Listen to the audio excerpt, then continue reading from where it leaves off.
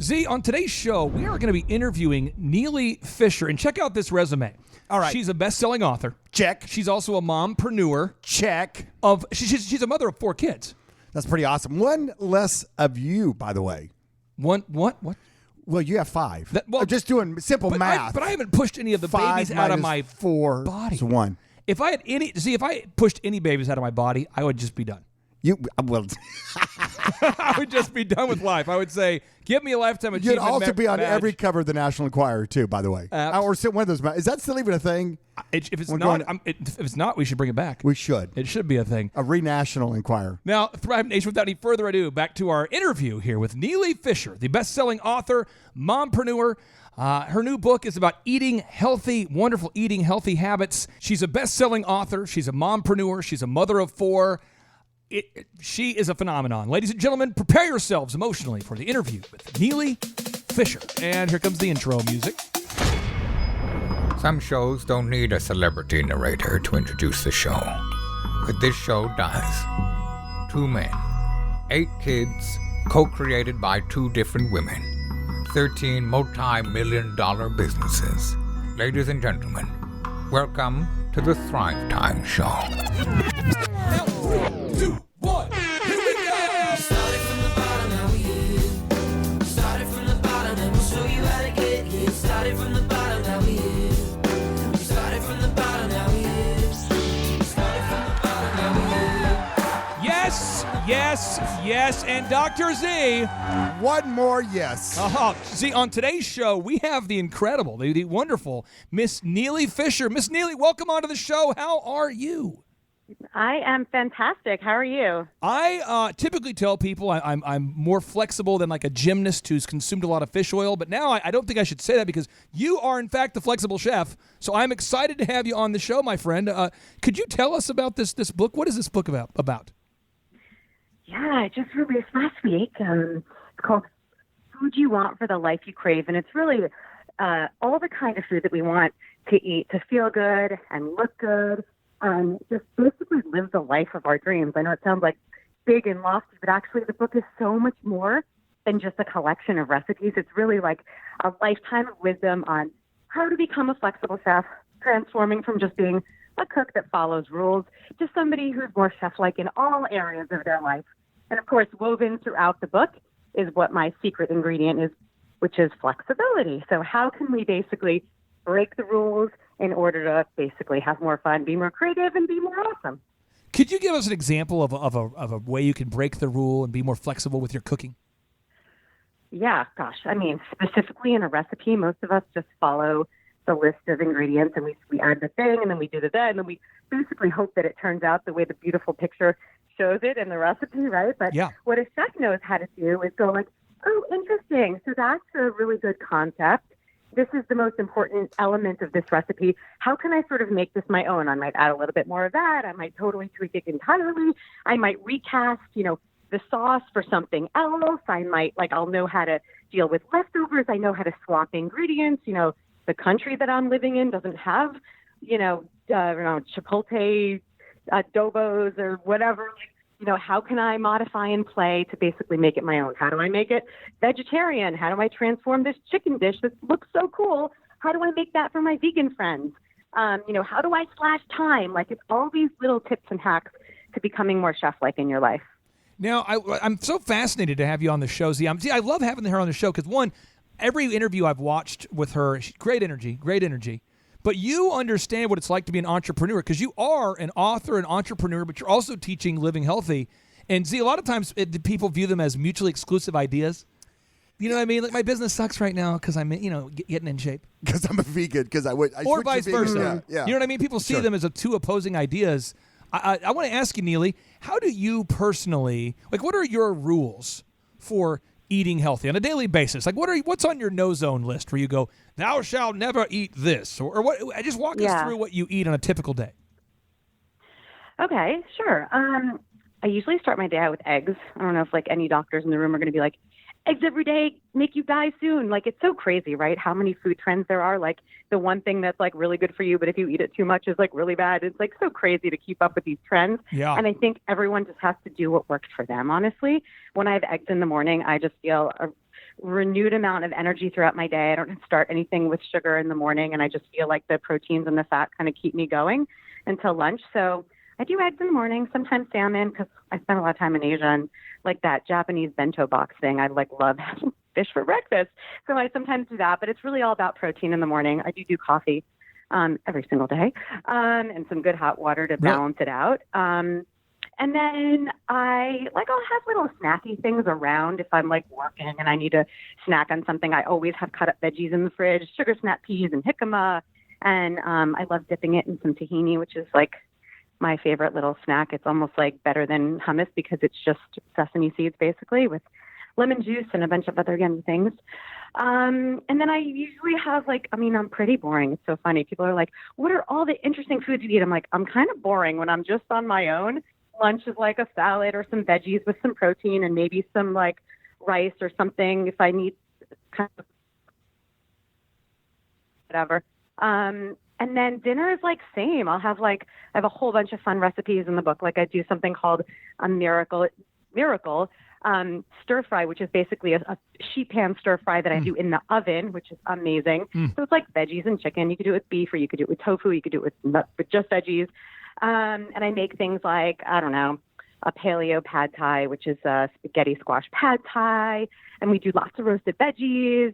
And that's it. And then I have treats on occasion. I do dessert usually over the weekends. And I have everything from chocolate cake to, like my unbelievably dairy-free cheesecake and, not like the entire cheesecake, although that's dangerous. But, a slice of cake on the weekends with the kids and, wine on occasion and chocolate on occasion and, just kind of keep things real so I can enjoy life. Well, everyone's going to Google search you and look at you, and they're going to go, is this person actually applying these principles? Nealy, do you work out, 24/7 or are you on steroids? You're kidding, right? I'm just messing with you. Yeah, I mean, what's your workout routine look like? Yeah. Okay, so I've been teaching yoga for, around 15 years. Before that, I was in the fitness industry. So I exercise almost every day. Weekends, I'll just do long walks or something. I started running when I turned 40 because I needed to shake up my morning yoga thing. So I run a couple times a week.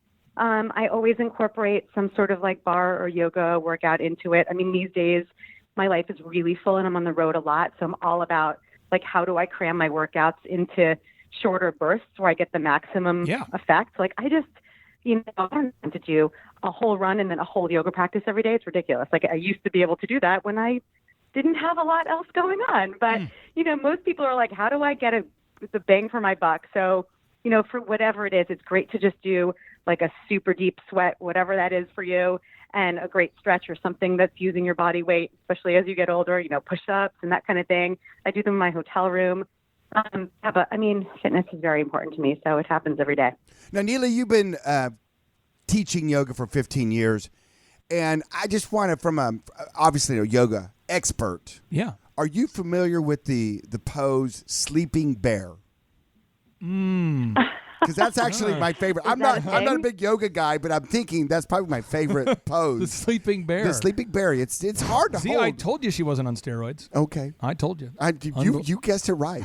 I was 50-50. Now, Nealy, I want to ask you this. With your career, because a lot of our listeners are just getting to know you, and I want to give the listeners just enough of a look into the life of Nealy so they know that she's not crazy. Because I know she's legit. But somebody's hearing this name for the first time. Can you tell us kind of how your career started and when you first started to get some traction?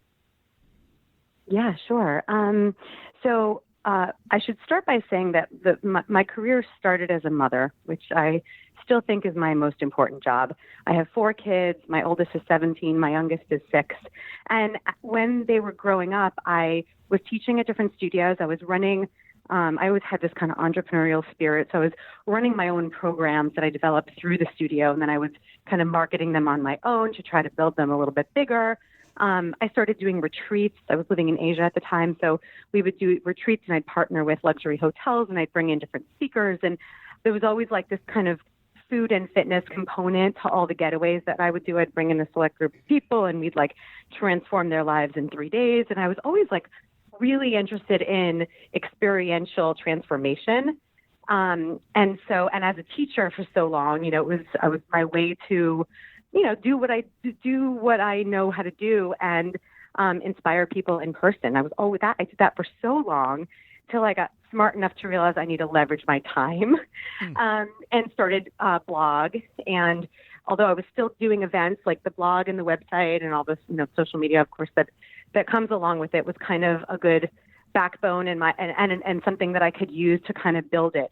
But I've been doing this a long time, and I kind of like took it in stepping stones. It wasn't like, here's the business plan, and in 2 years, this is where I'm going to be. This is how much money I'm going to make.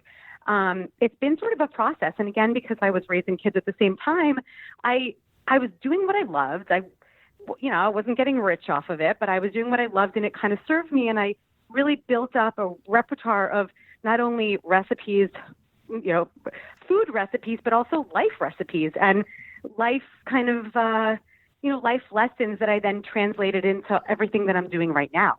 When did you realize that your career wasn't going to, a lot of times, see, we interview people on the show, like we've had Wolfgang Puck on the show. Oh, yeah. And people talk about, like, sometimes worrying that it's not going to work out, that their idea is not going to gain traction and they're not going to. When did you realize, Nealy, that it is going to work out? It was going to happen. Okay, so by the way, yes to the first part, because, like, that doubt is, like, and it's what's so crazy about that is that holds so many of us back, right? It's like, oh, but if I did that, I'll fail. So therefore, maybe I shouldn't, or I'll do it in I'll do it a little bit, right? Like we have such a fear of failure that we just don't put ourselves out there. I started a YouTube like video series where I was filming cooking stuff in the kitchen and a whole bunch of other things. And I thought I had someone film it for me. I was like, oh, it'll just be like just like a little thing. Like I'll just like hide it on YouTube somewhere. Like it'll just be for my audience so my recipes can come to life on the blog or whatever. And it was like this little mini me being like, but I couldn't possibly let a lot of people watch it because like, what if I totally suck, right? Yeah. I think that like there comes a point where there's external validation, which actually I don't think is the best way to do it, right? Like people say like, this is great, like you're doing great. And then you go, oh yeah, really? Okay, I'll keep doing that. It's like when, like as a kid, your mom says like, good job, Tommy. And you're like, oh, okay. My name's not Tommy. Mom said I was good. Sorry. Go ahead. He's had a lot of Dayquil. He's had a lot of Dayquil. I've It's had kind a of lot a of pre. allergies. He just so you know, he's a 53-year-old man with 3 kids. I'm a 38-year-old guy with 5 kids. And together, he and I have built multiple multi-million-dollar companies, and he was my wife's boss when she was 18. So we have sort of a really troubled relationship. It's like a father-son. It's a father-son love-hate, yin-yang. Up and down. Up and down. Beavis and Batman relation. Yes. He is Batman, I am Beavis. Yeah. Now, I want to ask you this, Nealy, because I'm on YouTube right now, looking at the Flexible Chef, the Flexible Chef, no T, Chef. And I'm up here, and the show looks really well produced. It looks like you're getting all sorts of traction out there. How do you deal with when you get a negative, like a thumbs down? Because you're getting a lot of positive things up here. I mean, people are writing good things about it. The Good Morning LA, the Good Morning La La Land. You're getting great feedback on these programs. How do you deal with the negativity? What do you do? Yeah, it's funny. I just had a 4-star review. I'm like, I wrote a 5-star book. I got a 4-star review. Come on. It could have been worse, right? But the woman wrote something like, good book. I wish there's so many hard to find ingredients. I wish she was more flexible. And I was like, are you bleeping kidding me? Like, right? I'm like, wait, the whole premise of the book is that like you shouldn't be running around for ingredients. That's why I wrote the book. And I'm like, clearly, I'm going through my head like, what are you talking about? Like, it's the most freaking flexible cookbook anyone has ever written in the history of cookbooks, right? It is so chock full of options. Like, I will never let you go on a wild goose chase for anything, right? And I was like, wait a minute, this person obviously didn't even read the book, by the way. Like, True. First of all, you look a little deeper, like Kindle person, she probably just like looked up a recipe, True. Looked at the ingredient list, and she was like, can't find that. Let me write, No, and the truth is like, there are so many people out there, they just like sit at home and want to say bad things about other things. Like, who cares? True. Like, you can't. Trolls. Anyway, I'm sure like there'll be worse comments, and I'll have to deal with them. But I look, I'm jealous. In all seriousness. Go ahead. No, I'm saying in all seriousness, like you put yourself out there, people are going to say I'm too ugly or too pretty or too fat or too skinny, like whatever, you know. It's so you put bad yourself for out there women. and you have to deal with it.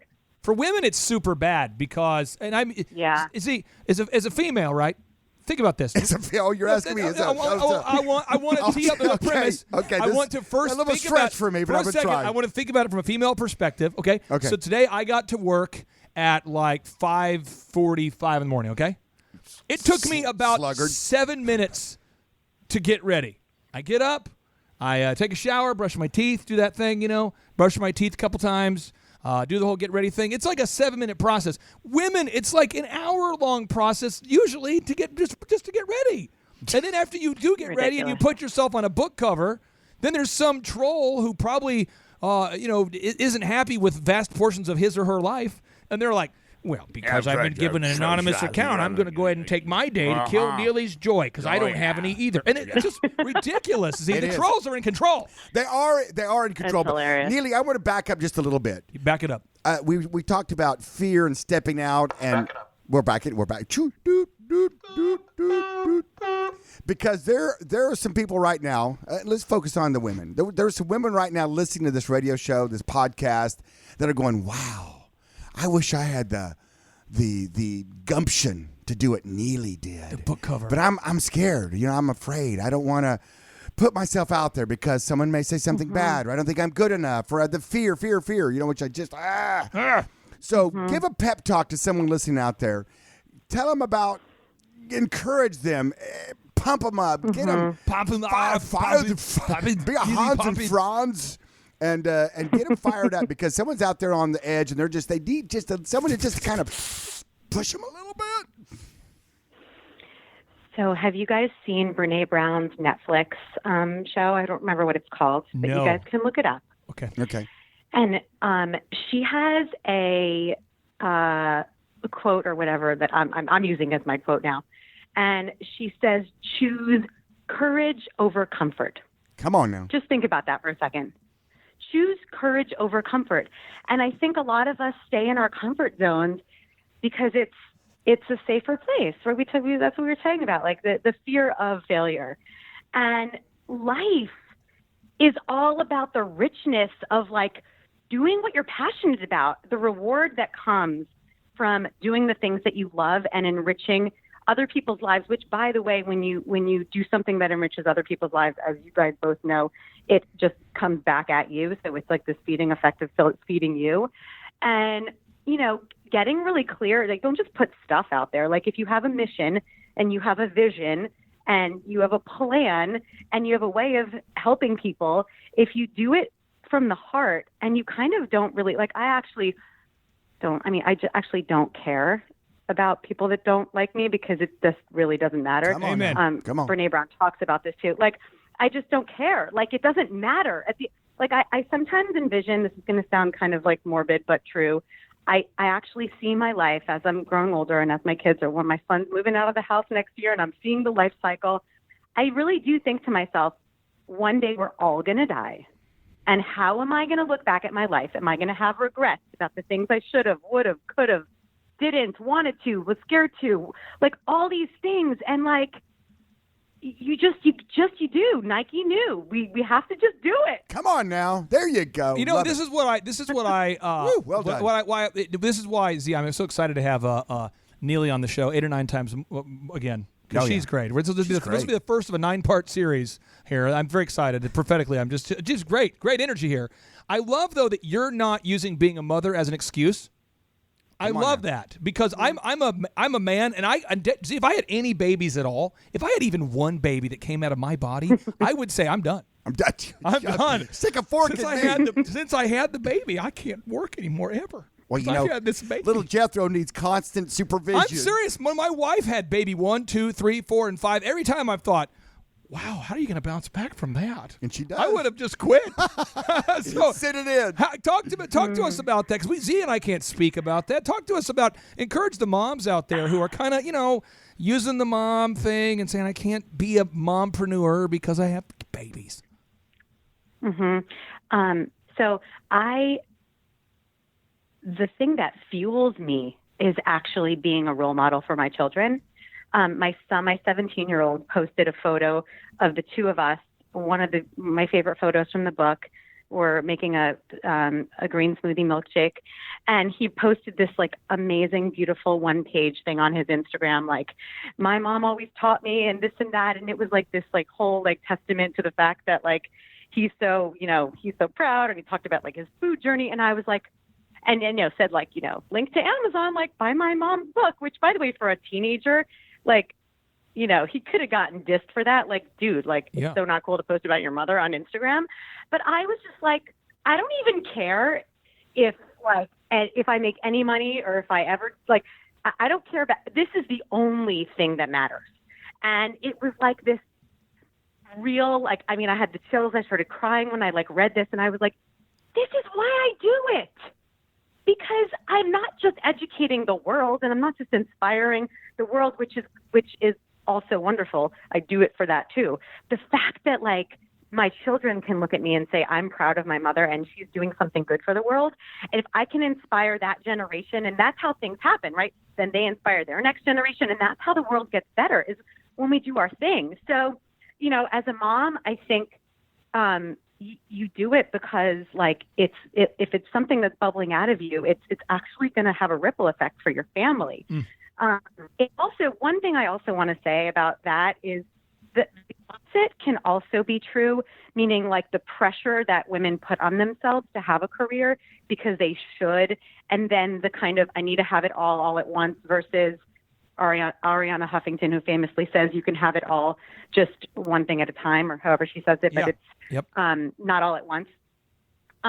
So, be careful, because you also like there is a time for everything, right? Like when I was in between breastfeeding babies and doing all this other stuff, like if I took on this project at the same time, I probably would have exploded. So everything happens in its right moment, in the right moment that it's right for you. Nealy, that was well said. Well said. I have to ask. This is my final two questions I have for Nealy here. Final question number one I have for you, Miss Nealy, is I'm thinking about buying your book on Amazon right now. I'm thinking about having a blasty blast and buying a bookie book, Z, and using some little clickety click by that book. And so I just want to know, what do I need to type in on Amazon? Andrew, are you there? Are you prepared to log on? I'm ready. Andrew's a click away from buying the book. Now. We've been saving up $18.30 to buy the book. What do I need to type in to buy this book? How can I find it on Amazon? You can either just type in my name. I think it even comes up after Nealy, Nealy, Nealy Fischer, or you can just type in food you want for the life you crave. But if you just put in food you want, it'll come right up. And Andrew, because I'm throwing caution to the wind, I've thought, I am not going to buy a regrettable burrito. I am not going to buy 4 Hour Energy. I am not going to buy a Starbucks drink today. I'm going to say no to the temptation, and I'm going to have a new conversation about eating healthy. And I'm going to buy the book now, and then I'm going to write a review about this great interview right now, and I'm going to talk about this is the most flexible thing ever. And Andrew, because you're an employee here, you are now henceforth ordered to write the longest review you've ever read, or ever written. Wow. So it's got to be at least a paragraph. I'm serious, the best ever, because this is a hot book here. Yeah. Now, Z, what's your final question? I always like to ask, if you could go back 20 years and talk to yourself. If you could turn back time. If you could get the DeLorean time machine, fly back, and sit down with yourself 20 years ago. There we go. Little cowbell. Always helps.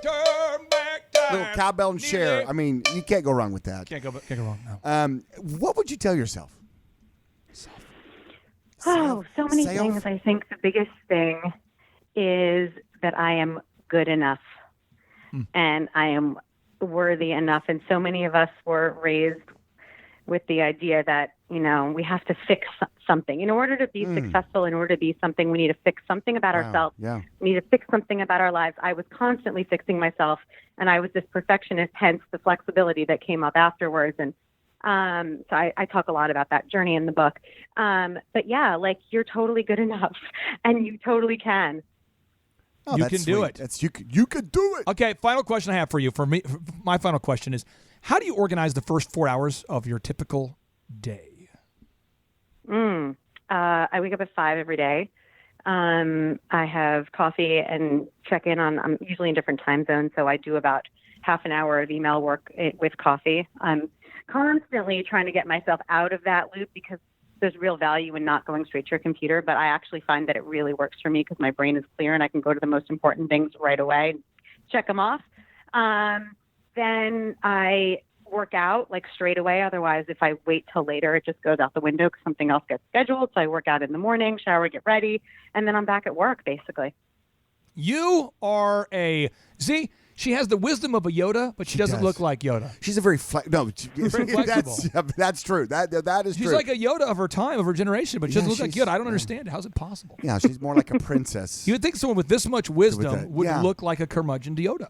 You would think that. This wisdom. 800 years old and green skin. I'm not sure how old you are, but you don't look 800. So thank you for dropping knowledge bombs on our show. You have blown my mind, Miss Nealy. Thank you so much for being here. Thank you guys so much. All right. Well, I'm going to go improve your life by 10% by allowing you to hang up on me.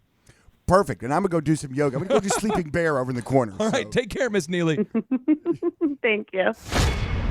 And as always, Dr. Z, we love to end each and every show with a little 3, 2, and a 1 and a boom. Are you prepared for the 3, the 2, the 1, and the boom? Absolutely. Here we go. 3,